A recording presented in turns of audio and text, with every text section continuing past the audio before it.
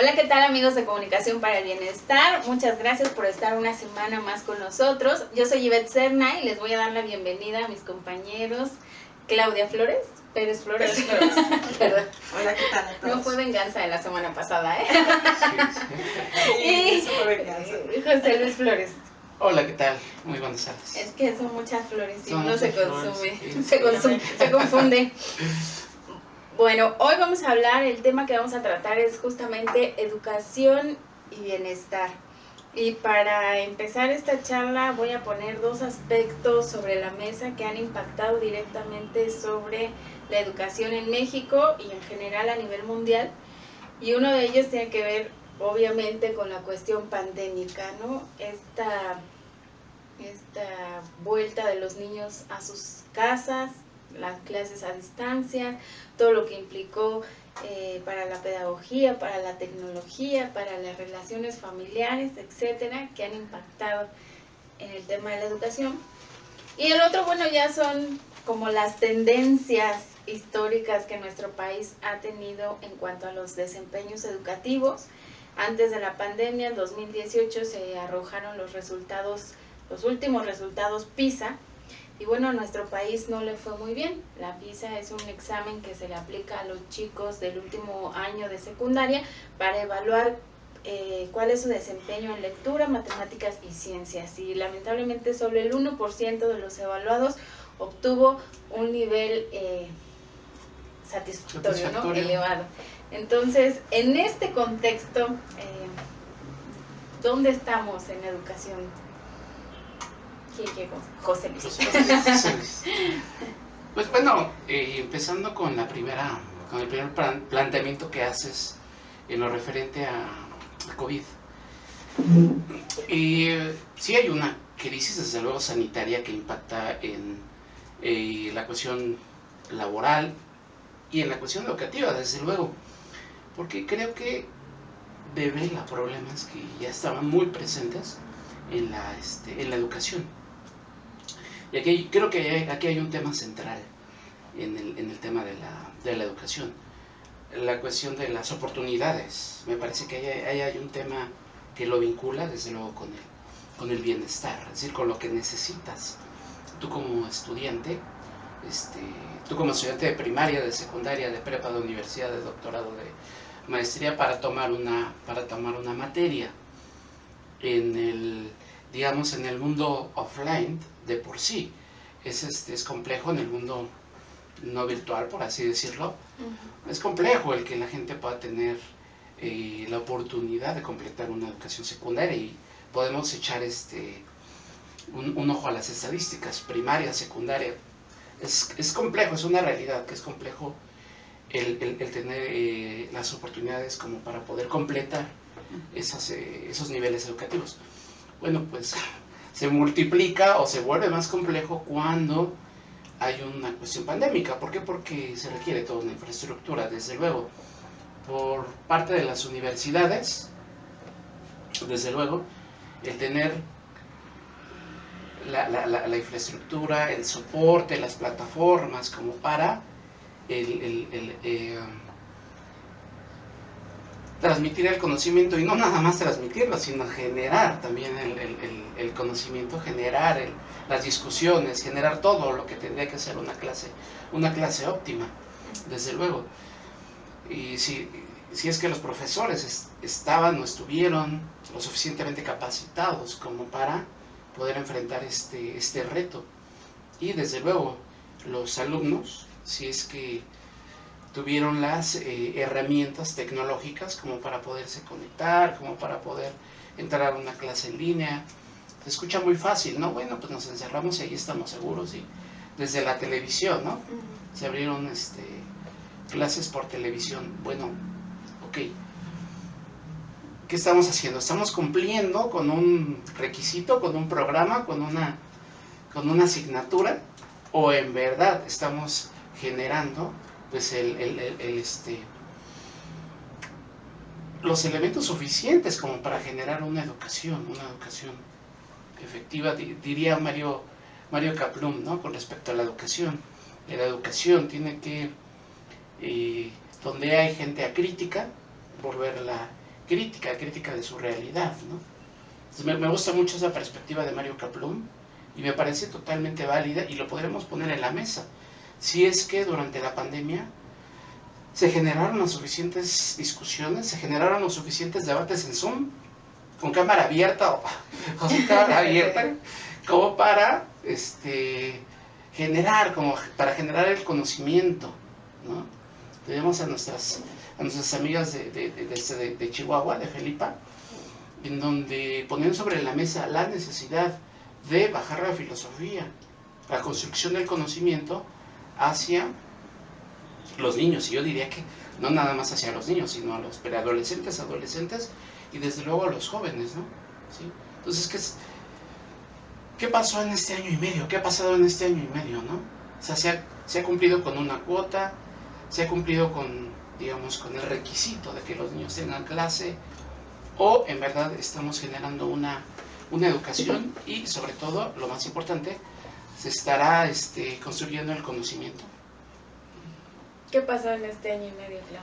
Bueno, pasaron muchas cosas. Entre ellas fue una rápida adaptación que tuvimos que hacer todos prácticamente, pero en especial el sector educativo fue como de la noche a la mañana. Si bien ya veníamos utilizando algunas herramientas tecnológicas y veníamos como interactuando con algunos programas, etcétera, como a distancia, pues yo creo que eso fue de manera muy acelerada y de repente pues nos enfrentamos como a nuevas tecnologías, como plataformas como Zoom, como Google, ¿no?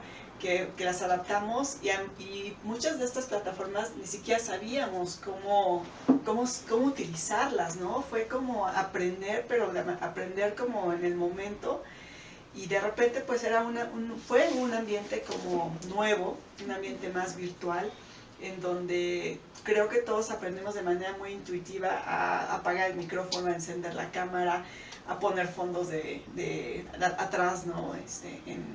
Del Zoom, por ejemplo, y que nos llevó a una nueva interacción que sin duda fue nueva para todos, tanto para los profesores como para los alumnos, como para los padres de familia, y que justamente seguimos transitando un poco en esa misma dirección.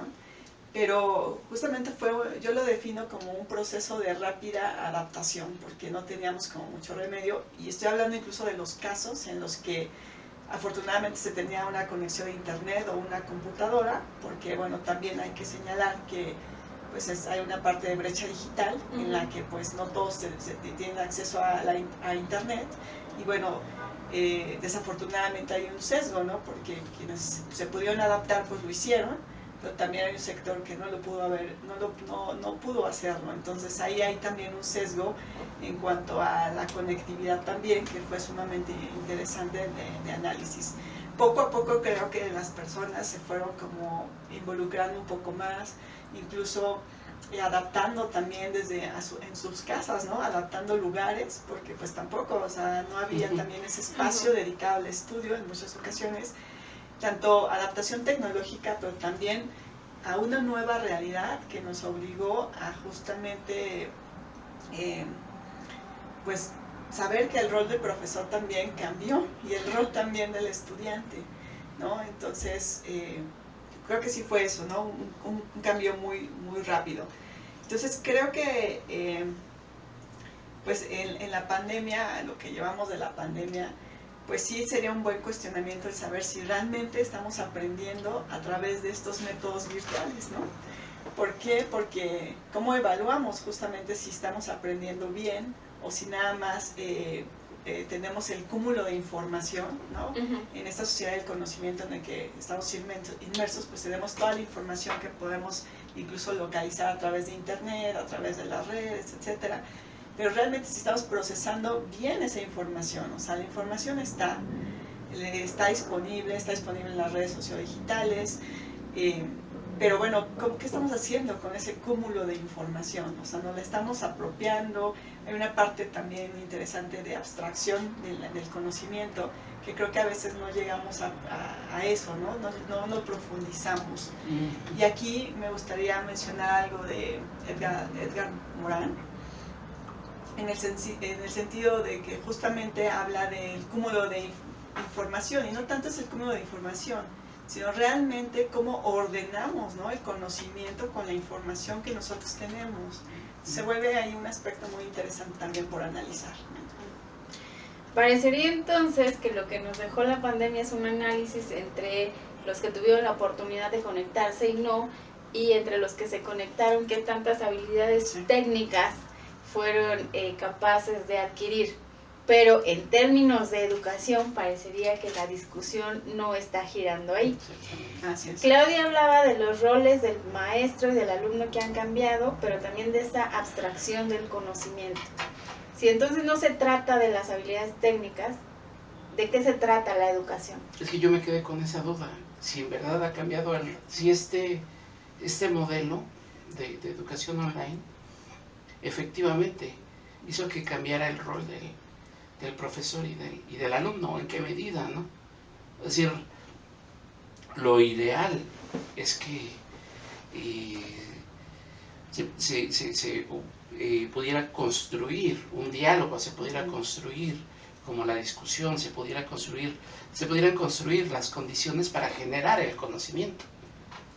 Es decir, a mí no me queda claro, yo no soy tan seguro de que haya cambiado como el rol del magíster, del maestro como magíster, y de los alumnos, que requieren ser guiados, que requieren ser educados en el sentido como incluso como muy vertical, ¿no? Alumnos que de repente, es que ahí hay otro tema, pues. Estamos asumiendo que una cantidad importante de gente tuvo acceso y nos adaptamos muy rápido. Yo diría que hubo un montón de gente que no tuvo acceso, hubo gente que tuvo acceso pero que no se quiso o no se ha querido adaptar, ¿sí? Y hay gente, me parece que se ha adaptado y que de alguna manera hace el esfuerzo como para poder involucrarse en las clases. Pero eso tampoco te asegura el que te involucres en las clases y tengas tu Zoom. Estoy hablando de la educación, como una educación en donde se pueda generar el conocimiento. Pero exactamente, perdón que te interrumpa, pero en este sentido, ¿qué sería la educación? O sea, me gustaría pues que dejáramos claro qué es la educación, no en tanto a los roles o al modelo, sino qué es, para ponerlo en perspectiva sobre lo que ocurrió en la pandemia y saber si realmente hubo una diferenciación. Sí, si nos vamos con la definición etimológica, educare, ¿no?, como guiar o como, pues no sé, digo, ¿en qué sentido? Si está el papel del maestro como magíster, está el papel del maestro al frente de una sesión que de alguna manera está, ¿no?, generando, es decir, no generando el conocimiento, sino está generando una acción de comunicación bancaria, de educación bancaria. Es decir, conocimientos que te deposito. O sea, está transmitiendo. Sí, es educación bancaria, en donde información. Tu capital educativo, y tú haces con eso lo que Dios te dé a entender, o algo por el estilo, ¿no? Es una educación bancaria en donde educar, pues el maestro está guiando de alguna manera esos esfuerzos, pero en esa perspectiva crítica, como la que te acabo de mencionar, pues, como la de Mario Kaplón, por ejemplo, ¿qué tanto se estarían generando las condiciones? Y te vuelvo a repetir, creo que no hay que echarle toda la culpa al Zoom. Me parece que el Zoom o las clases online vienen como a recrudecer como ciertos problemas que ya eran como muy evidentes, ¿no? ¿Qué tanto se están creando ciudadanos críticos, ¿no? Sí. Es decir, otra definición que me gusta es Freire, de Freire, ¿no? Enseñar no es transferir conocimiento, Así es. sino crear las posibilidades para su propia producción o construcción. Entonces, a ver, José Luis dice formar ciudadanos críticos. La educación forma ciudadanos, el objetivo de la educación es formar ciudadanos ejemplares. Sí, yo estoy de acuerdo que sí tendría que ser una de las funciones de la educación, formar a ciudadanos que a través, de la educación pues puedan aportar, ¿no?, al país. Y también coincido en que sí la educación va más allá de solamente el transmitir. Entonces no es transmitir solamente un conocimiento, ¿no? O sea, eso sí me queda, estoy tan de acuerdo con la cita que mencionó José Luis de Freire, ¿no? O sea, no es transmitir, sino que es ir más allá. Y entonces ahí el rol del profesor, aunque no me quiero salir tanto del tema, pero sí también es como un guía, ¿no? O sea, es alguien que desde mi punto de vista te tendrá que ayudar, ¿no? O guiar, para que tú empieces a buscar como esa información, esos cúmulos, y que va formándote, ¿no? De alguna manera, aunque también creo que no le debemos de destinar toda la responsabilidad al profesor, ¿no? Hay todo un entramado, ¿no? Que va desde cultural también, que se inserta también en la construcción de la educación de un individuo.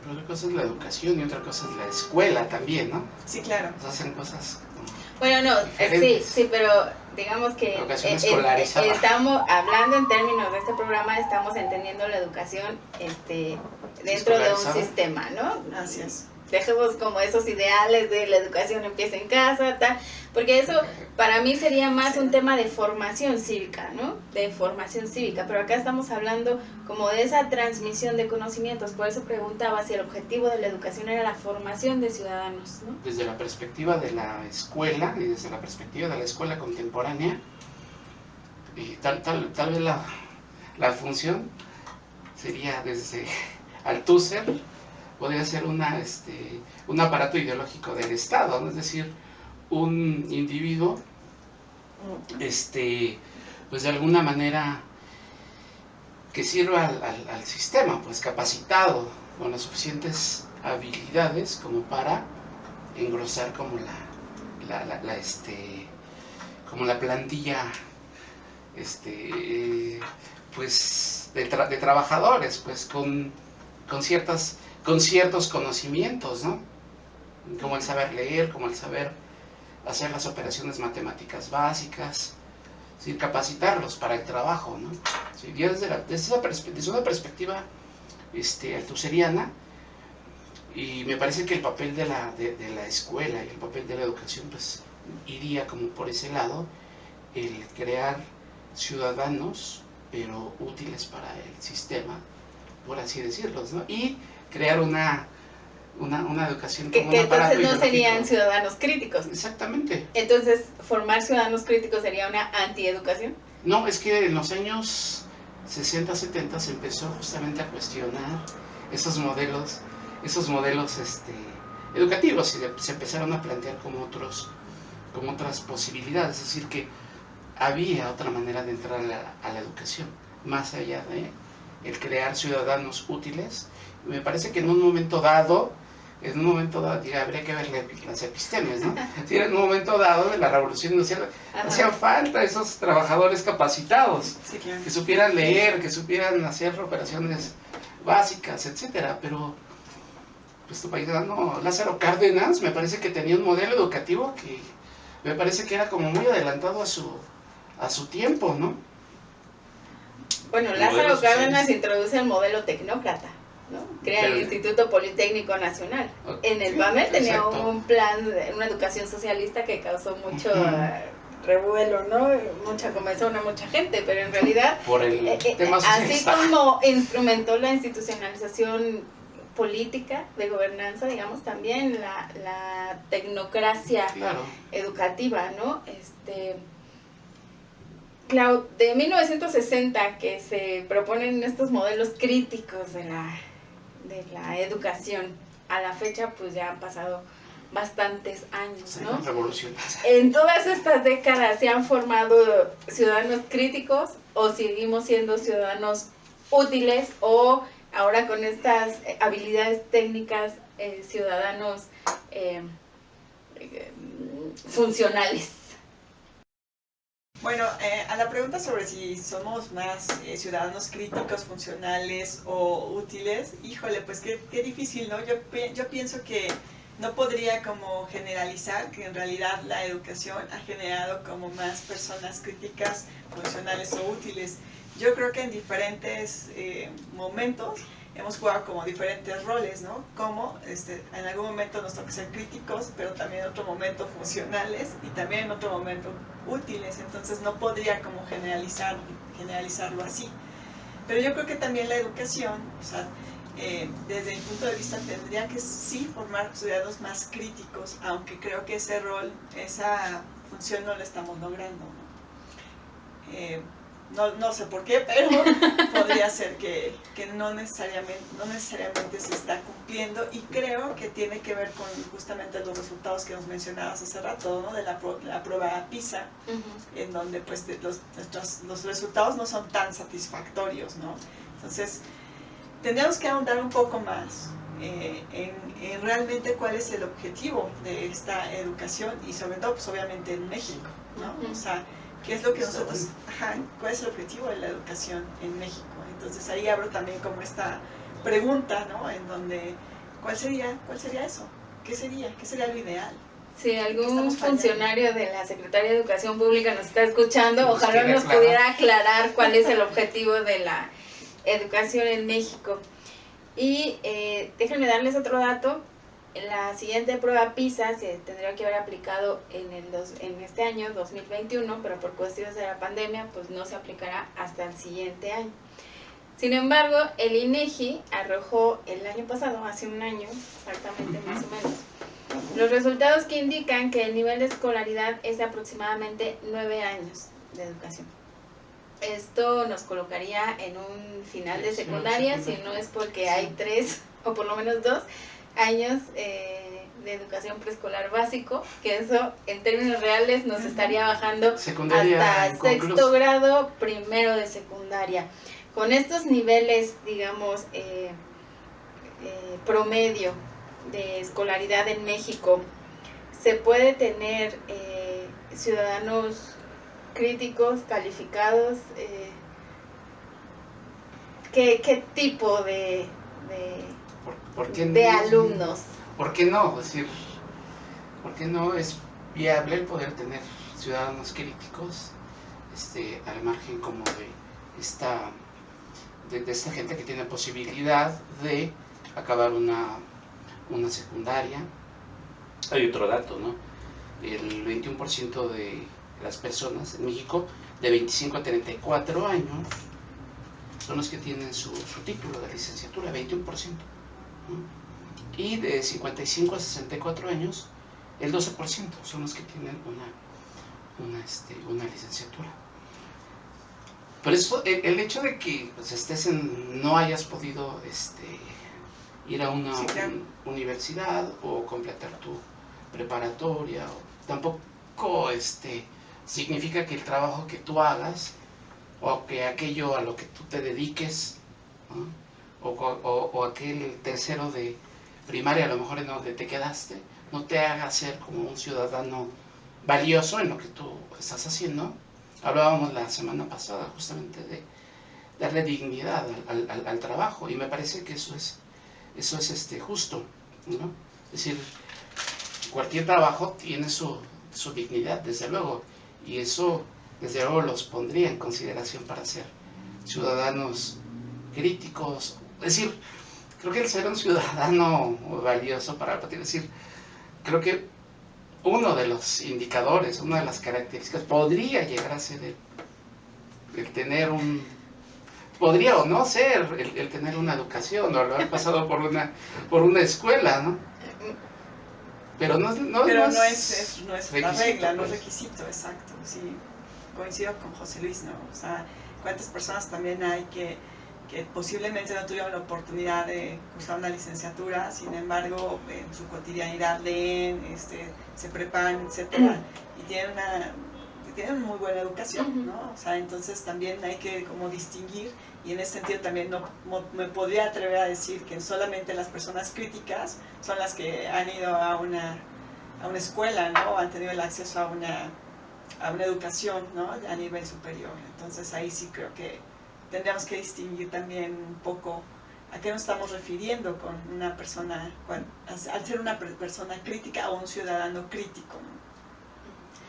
Entonces yo aquí estoy en un problema, porque decíamos el programa pasado que en cuestiones económicas, netamente monetarias, Ujú. no necesariamente quien termina una carrera universitaria le está garantizado el mayor ingreso. Estamos diciendo acá que no necesariamente se necesita ir a una educación institucionalizada para ser un ciudadano crítico o informado o con un cúmulo de conocimientos que le hagan ver la realidad de otra forma, ¿no? Entonces, ¿para qué vamos a la escuela? Bueno, buena pregunta, ¿eh? Sí. Y ahorita, justamente cuando dijiste, bueno, pues cuál es el objetivo de ahí, ¿no? El tema fue cuando la educación y las universidades y las prepas, o sea, como que se metieron al rol del mercado, ¿no? Y la educación, desde luego, ¿no? Es decir, ahí el tema me parece que tiene que ver, como le decíamos un poquito la semana pasada, ¿no? Es decir, podemos hacer la misma pregunta, es decir, ¿para qué trabajas? ¿No? Es decir, hay una intención de dinero, hay una intención de consumo, hay una intención de... Entonces, también, es decir, ¿para qué quieres estudiar? ¿Para qué quieres tu título ahí colgado en tu pared? ¿O para qué quieres ahí esa cuestión, ¿no? Es decir, aquí hay como lo malo es que puede haber como un tema aquí, ¿no? Es decir, que pienses que él, más allá de la meritocracia y todo eso que has abordado en algunos artículos, el hecho de que entres a la escuela o entres a la universidad, etcétera, pensando que eso te va a generar mejores oportunidades de trabajo y que eso se va a ver remunerado con mejores sueldos y que esos sueldos se va a ver remunerado con un mayor consumo y que eso se va a ver remunerado con un sentido de éxito. Sí. Es decir, que el éxito se logre a partir como de esta hilerita, ¿no? Es decir, estudiar una carrera, estudiar una licenciatura, una maestría, un posgrado o una primaria, etcétera, como pensando en ese nivel que en algún momento se puso de moda, nos lo enseñaron, o algo por el estilo, es lo que decía hace ratito, en algún momento la educación entró en esta lógica de mercado, ¿no? Así es. En donde... Porque además es obligatorio ir a la escuela, Sí, ¿no? Claro. Exacto. O sea, ¿Qué dice el PNUD, ¿por no? qué nos obligan a ir a la escuela? ¿Por qué tendría que ser obligatorio asistir a clases? Bueno, hay una cuestión que creo que es del mismo sistema, ¿no? que se ha construido, ¿no? En donde te dicen, y ¿no? La educación es, incluso está en la Constitución también, ¿no? O sea, hay una parte que está como muy arraigada a la parte política, institucional, etcétera, que tampoco es nueva, o sea, desde antaño, ¿no? Desde que se formó pues, las escuelas, las universidades, ¿no? O sea, hay un propósito gubernamental, ¿no? Que está, como lo menciono, plasmado en la Constitución y en los artículos, ¿no? La educación laica, la educación gratuita, ¿no? Y que está plasmado ahí. Entonces creo que desde ahí nos ven esta idea que tenemos que estudiar, ¿no?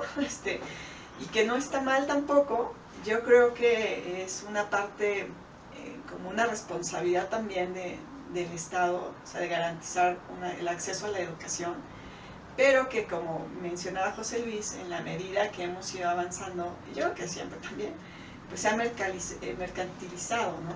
Y entonces, al hablar de la educación, a veces es como más de un proyecto de que tú vas a ser el líder del próximo siglo, ¿no? Y tú vas a aprender y eres el emprendedor, ¿no? Cuando en realidad yo creo que el capital cultural que te puede dar la educación es como mucho más valioso, ¿no? En el sentido de que te forma desde la perspectiva de lo que puede ser un individuo, más allá de la parte mercantil. Entonces, que sin duda también es importante porque vivimos en una dinámica mundial, global, mercantil, en donde también pues tú vendes tus servicios, pero yo pienso que tendría que ir un poco más enfocada a la parte más de desarrollo personal, de que estudio porque realmente me gusta, de que estudio porque me gusta conocer, me gusta leer, etc. Y también como en nuestras sociedades pienso que a veces el hecho de estudiar también se tiene como esa concepción de que pues no haces nada, ¿no? Cuando en realidad estudiar es también un esfuerzo y es también un valor agregado muy importante. Entonces, ¿qué haces? No, pues estudiar, pues entonces no haces nada, ¿no? O sea, como que es la concepción errónea que se tiene a veces del concepto de estudiar o de la educación, ¿no? Entonces yo más o menos lo apostaría sobre el capital cultural, o sea, qué es lo que te da ese valor como un ciudadano, ¿no? De lo que tú te vas apropiando a través del conocimiento, a través de la escuela. ¿Y luego qué hacemos con este capital cultural? O sea, yo ya fui a la escuela, yo ya me esforcé, yo ya salí, y luego, ¿qué hago con todo este montón de habilidades, de conocimientos, de capital cultural que tengo? ¿Qué hago con eso?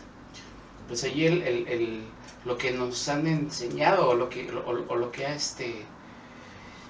ese ideal, ¿no?, que de repente se ha difundido, es que le saques provecho, ¿no? Es decir, que le saques provecho a esas habilidades, es lo que nos han vendido, ¿no? Y que con eso puedas convertirte en profesionista, en gente de bien. Digo, entonces nos han vendido una serie. Sí, ser alguien en la vida, nos han vendido una serie de frases bien raras, ¿no? Ser alguien en la vida, pero aquí en medio pues hay una temática cívica, ¿no? Me parece. Así es. Es decir, hay una temática en la que me parece que y por ahí el gobierno tiene una por lo menos intención, o de hecho no es ni el gobierno, sino son las agendas mundiales, ¿no? De que pues la gente que estudia un doctorado, una maestría, un posgrado, pues ponga esos conocimientos, por así decirlo, sí, al servicio de la patria, ¿no? Es decir, te hacen alinear tu tesis al ¿cómo se llama? Al programa de gobierno, ¿no? Al programa sexenal, ¿no? Entonces, te hacen de alguna manera alinearlo, es decir, que ese problema que tú como posgraduante de alguna manera quieres abordar en tu tesis, le sirva algo a la patria, y que sirva en algo para resolver los diferentes problemas que existen. Me parece que es una intención interesante, ¿no? Lo malo es que nada más se queda ahí en la mera intención. Con esto que nos dice José Luis Clavel, ¿no será entonces que el objetivo de la educación está ahí, implícito, pero que no lo estamos entendiendo bien, o que no lo queremos entender, o que no lo queremos aplicar? Es decir, entonces sería que el objetivo de la educación, o de este cúmulo de cosas que ya mencionamos, sería ponerlo al servicio de mis semejantes, generar un bien para mi común, para mi comunidad, no solamente para mí mismo. Pero pareciera que lo entendemos al revés, pareciera que lo debo de poner al servicio de mi propio beneficio, ya sea económico, que lo ponemos entre comillas por todo lo que hemos platicado aquí, pero quizá de prestigio, quizá de una escala social simbólica, no monetaria, sino simbólica, en un sentido más individual que colectivo. Así es, sí, totalmente de acuerdo. O sea, yo pienso que justamente la educación nos tendría que servir, ¿no?, para ser mejores ciudadanos, y pensar más en lo social, ¿no? Sin embargo, sucede, y que de hecho también esto te lo dicen desde que cuando te titulas de la licenciatura, ¿no? Tomas una protesta, es algo muy simbólico, y en donde parte de lo que se lee en esa protesta pues dice que mucho de lo que tú tienes, que tú eres un privilegiado, ¿no?, al haber accedido a una educación, ya sea superior, ¿no?, o de medio superior, etcétera, y que ese rol, o sea, que leen ahí, no recuerdo el nombre de ese texto, pero te dice que tienes toma de protesta. Bueno, toma de protesta, no sé si haya otro nombre, creo que no, pero justo te dicen eso, que tú tienes un compromiso, ¿no? Porque es como de los privilegiados que has tenido el acceso a la nación te lo demanda. Exactamente, y te dicen, ¿no?, que si no fuera así, pues que la nación, la nación te lo demande. Y entonces, bueno, yo pienso que más allá de un trámite como o esos actos protocolarios simbólicos, pues sí se tendría que apostar a esta parte de ejercer tu profesión, pero no nada más por mi propio interés o por lo que yo voy a ganar, sino también que esto sea como permeable a un bienestar, ¿no? O sea, y creo que tiene que ir más allá del prestigio y de la parte simbólica. O sea, en eso sí estoy de acuerdo. Mencionabas que la Constitución decía que la educación debe ser gratuita. Sin embargo, parece que esta gratuidad no alcanza, no es suficiente para que la educación ya no sea una cuestión de privilegios o solo de privilegiados, y entonces sea, como tú mencionabas cuando citabas a Althusser, como un sostén al mismo sistema, ¿no? Los privilegiados son los mismos. ¿Qué faltaría entonces, además de que fuera gratuita? Porque, por ejemplo, en PISA sí hay una correlación directa entre el nivel socioeconómico de los estudiantes y el grado de desempeño. Es decir, que 2 personas acudan a tercer año de secundaria y no significa que puedan tener el mismo rendimiento, el mismo aprovechamiento, quitando las cuestiones, digamos, subjetivas de capacidades cognitivas, etcétera, sino por cuestiones de niveles socioeconómicos, de dineros, pues. ¿Dónde está fallando nuestro sistema? ¿Dónde está fallando nuestro gobierno? ¿Dónde está fallando? ¿Por qué la educación sigue siendo una cuestión de privilegiados? Sí, cuando parecería que toda la historia va volcada hacia que sea de veras un derecho social garantizado, ¿no? ¿Qué falta? Lo que pasa es que para que esos niños de alguna manera alcancen ese nivel ideal que pide la prueba, por así decirlo, pues a lo mejor no nada más basta el que estés como, acudas a clase a lo mejor, ¿no? O que hagas todas tus tareas, tus deberes. Hay otra serie de factores que de alguna manera están incidiendo, pues, en tu rendimiento, en tu funcionamiento, en tu calidad educativa, ¿no? Y si no tengo una televisión, por ejemplo, ¿no? Durante la pandemia, si no tuve una televisión, si no hay una televisión en mi casa, ¿cómo le hago como para poder tomar las clases en esas condiciones? O una computadora. Entonces, pues sí, ahí hay un tema como de correlación a lo mejor, ¿no? Entre pues quienes tienen mejores oportunidades, tal vez en la vida, por así decirlo, y la gente que de alguna manera alcanza mejores desempeños o mejores números o algo por el estilo. Pero hay una serie de factores, ¿no? Sí.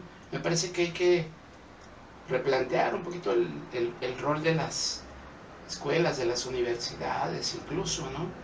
Lo platicábamos justamente con las chicas de Felipa, ¿no? Cómo la filosofía de alguna manera queda rezagada, ¿no? Queda rezagada por ahí como una materia por ahí optativa, y cómo esas materias humanísticas van reduciéndose, ¿no? Los programas de estudio, y la carga técnica y la carga tecnocrática se va fortaleciendo, ¿no? Siendo que pues la parte filosófica, la parte de la generación del conocimiento, me parece que es la parte más importante, justamente de acudir a una escuela, y más a una universidad, ¿no? Hay que retomar pues el espíritu en el que nace la universidad, ¿no? Como ese acceso al universo, ¿no? ¿Qué nos estaría faltando, Clau, para que la educación no sea una cuestión de privilegio, sino un tema de justicia social? Pues yo pienso que posiblemente lo que nos está faltando, yo creo que es como un compromiso mutuo, ¿no? Porque, o sea, es decir, no podemos echar la culpa nada más al Estado, ¿no? De decir, es que no se abren todas las oportunidades, porque yo pienso que el día de hoy sí hay como más opciones donde puedas estudiar, ¿no? Pienso que tal vez hay una responsabilidad también ciudadana de decir, yo me quiero capacitar, ¿no? yo quiero estudiar y quiero también mejorar también tal vez mis habilidades, mis roles, mis competencias, y tengo que tener también, quiero también tener un mayor conocimiento. No lo limitaría que el Estado es el que está fallando, sin duda tiene mucha responsabilidad también, porque pues es el que debe crear también las condiciones, ¿no?, propicias, como decía José Luis, ¿no?, para pues tener el acceso a la educación, pero no nada más tener la escuela, la infraestructura, ¿no?, sino también que esa infraestructura funcione y funcione bien. Y lo vemos con escuelas que están muy apartadas en un ámbito rural, en donde posiblemente el maestro no asiste, o donde posiblemente es muy lejano, ¿no?, la trayectoria de un alumno para que se traslade a la escuela, ¿no? Sí creo que tiene que ser, que el gobierno tendría que poner como las condiciones, y que unas condiciones idóneas, y no nada más en el aspecto rural, también aquí en la Ciudad de México hemos visto escuelas que pues no están equipadas. Ahora con la pandemia vemos escuelas que no tienen acceso a internet, o no tienen todos los protocolos. Los protocolos, incluso los protocolos sanitarios. Entonces creo que desde el rol del Estado sí tendría que tener una responsabilidad ahí fuerte de crear las condiciones adecuadas, funcionales, para garantizar como una educación. Pero por otro lado también están los profesores, ¿no? Por eso yo decía que es como una responsabilidad bien compartida. Entonces hay una responsabilidad del docente, en donde pues como docente te tienes que preparar, y es una preparación continua. No nada más es los cursos de capacitación que me da en la universidad donde trabajo, sino también es una responsabilidad individual, en donde yo me estoy preparando, ¿no?, de manera constante. Y por parte también de los alumnos, pues también esta responsabilidad de atender, ¿no? O sea, lo veíamos mucho, y se entiende perfectamente que muchos de los alumnos pues apagaban su cámara, ¿no? A veces nada más era como tomaban asistencia, etcétera. Digo, se entiende perfectamente porque son muchos factores y muchas situaciones. Pero yo creo que si queremos seguir avanzando y si queremos seguirnos comprometiendo, pues es un compromiso de todos los actores, ¿no? Estado, los profesores, los alumnos, o sea, es algo sistémico. Entonces es muy buena tu pregunta, porque es quién está fallando, en dónde estamos fallando, o qué está pasando. Entonces yo me quedaría con donde creo que es un compromiso mutuo, ¿no? Sobre todo cuando a veces, como decía José Luis, pues no se cumplen las condiciones necesarias para poder que te motiven o que te inspiren también a seguir estudiando. Hemos tenido muchos años, por lo menos 2 sexenios y medio, donde la educación o la política pública en materia de educación ha estado como en el tema de agenda, no ha estado en el caldero. Cada gobierno mete mano en las cuestiones de la política pública, que si hay que evaluar al docente, que no hay que evaluarlo. Se han cuestionado desde los exámenes de ingreso a nivel medio superior y superior, hasta los contratos laborales docentes, ¿no? Pero parecería que toda esta política pública gira en torno a las formas, ¿no? Pero Aristóteles, por ejemplo, decía que el hombre anhelaba ser bien gobernado, y para ser bien gobernado tenía que tener un solo Dios, un solo gobernante y un solo logos. Logos en el sentido más estricto de este conocimiento racional, analítico, científico, si lo quisiéramos plasmar en aquellos tiempos, ¿no? Entonces, toda esta discusión sobre la educación en realidad parecería que va sobre las formas, pero no sobre los logos, ¿no? Sobre qué es lo que estamos enseñando. ¿Qué pasa en este campo?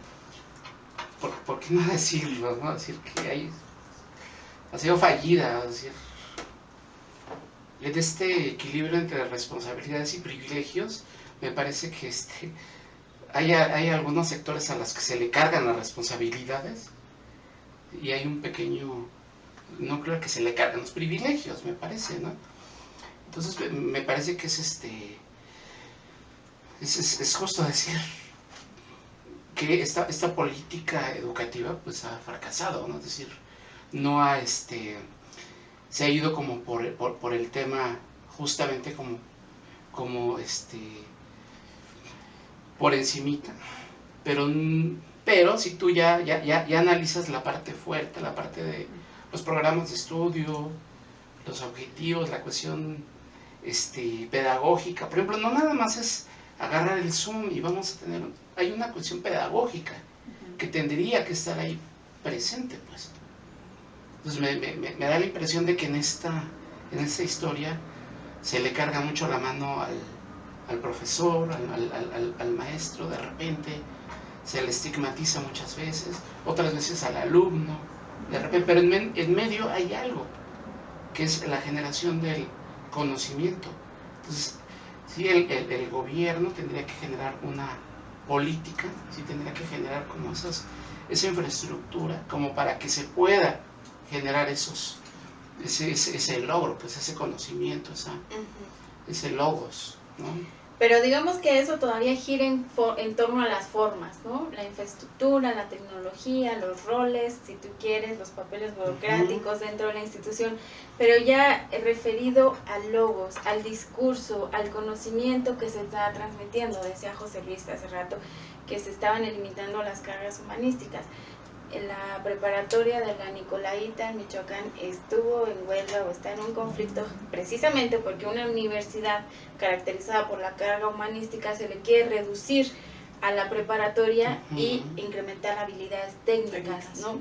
A ese logos es al que yo me refiero, a ese discurso, ¿no? ¿Por qué no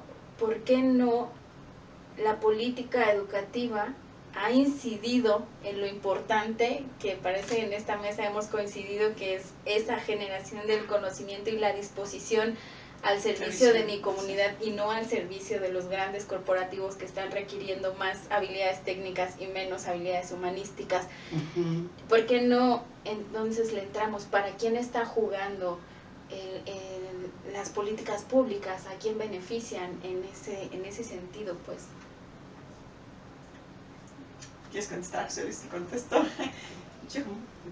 Yo creo que sí, o sea, coincido con lo que mencionas, ¿no? De repente, como que el haber quitado materias, ¿no? Incluso civismo, ¿no? Creo que ya no se imparte, no sabía, o sea, que es sumamente fundamental, ¿no? Para la manera en que un individuo interactúa en su entorno, ¿no?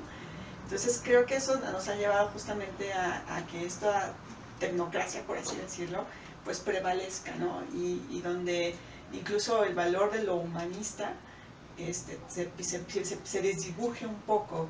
Y pienso que creo que también coincido totalmente en que cada sexenio como que llega alguien y cambia, ¿no? Si bien es importante revisar toda la parte de la política pública, o sea, es necesaria, es fundamental que se revise, que se actualice, etcétera, pero a veces llegan y lo cambian en su totalidad, y entonces no hay una continuidad tampoco. Entonces viene un sexenio, viene otro sexenio y cada quien aplica lo que en su momento le da a entender, y lo vimos, ¿no? Con Enciclomedia, ¿no? En su momento también, que fue un proyecto que pues se estableció, pero bueno, ¿dónde está? O sea, ¿cuál es el resultado de esa iniciativa, por así decirlo, ¿no? Entonces yo pienso que si nos quedamos a veces en esos niveles, ¿no?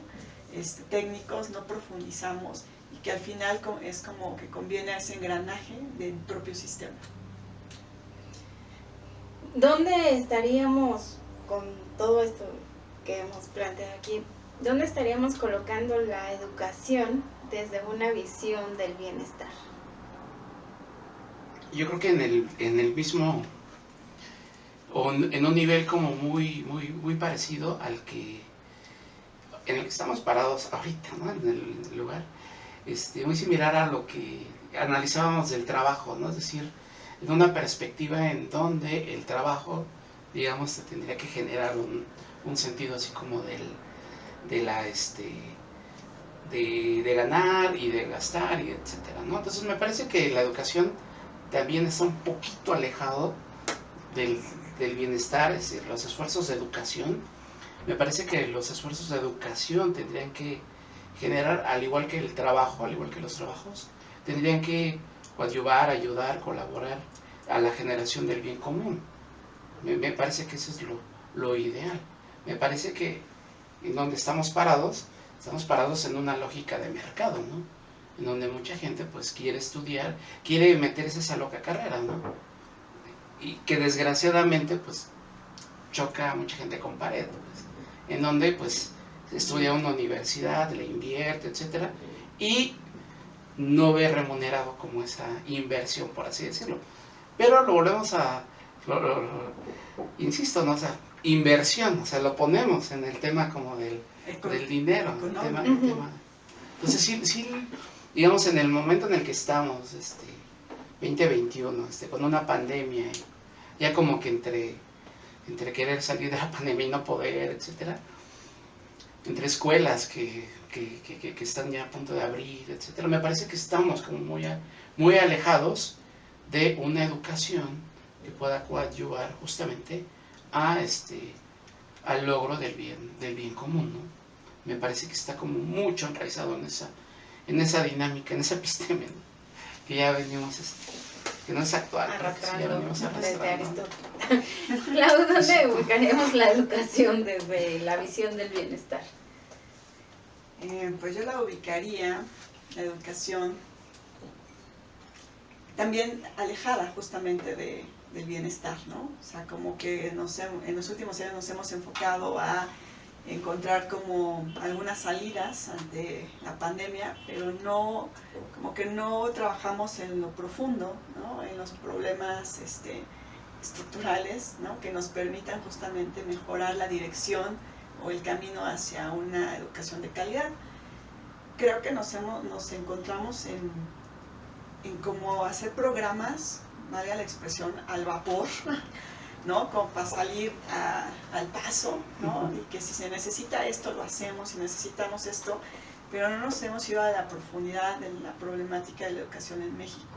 Entonces yo sí creo que necesitamos desde raíz estructurar como mejores programas, adecuados también a los contextos que estamos viviendo, pero tampoco alejados de algo esencial como la parte cívica, la parte social y la parte humanística, que pienso que son necesarios para este momento que estamos viviendo también, pero no lo vemos así, o sea, solamente vemos estos programas que de repente salen, ¿no? Para enfrentar pandemia, hay muchos esfuerzos, algunos muy valiosos también, pero a nivel como nacional se quedan como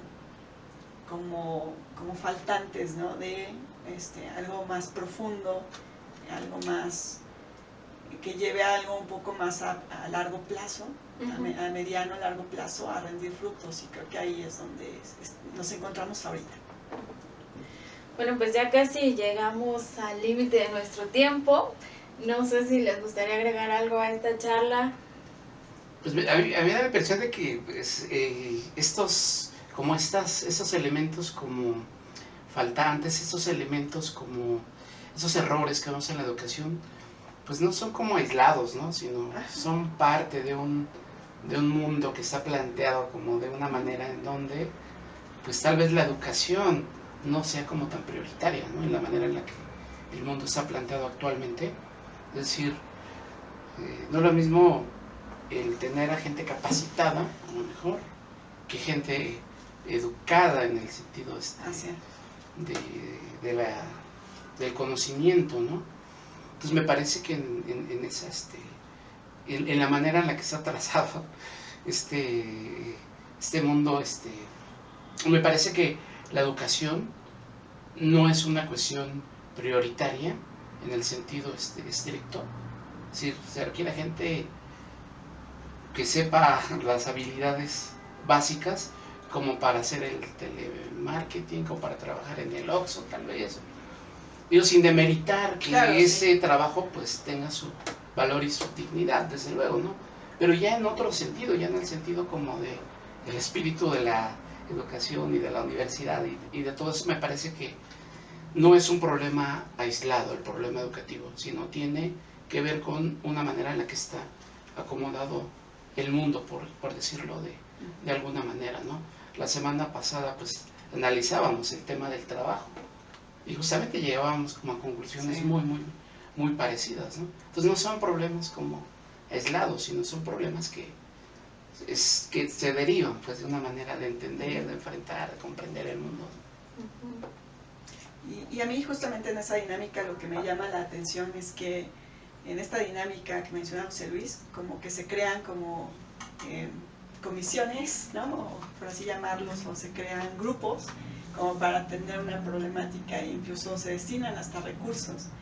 Pero nuevamente es como no se profundiza, ¿no? Es como simplemente como para salir del paso en un momento, en un contexto determinado, y creo que sí tendríamos que ir como más allá, o sea, profundizar y que esto sea como un poco más a largo plazo.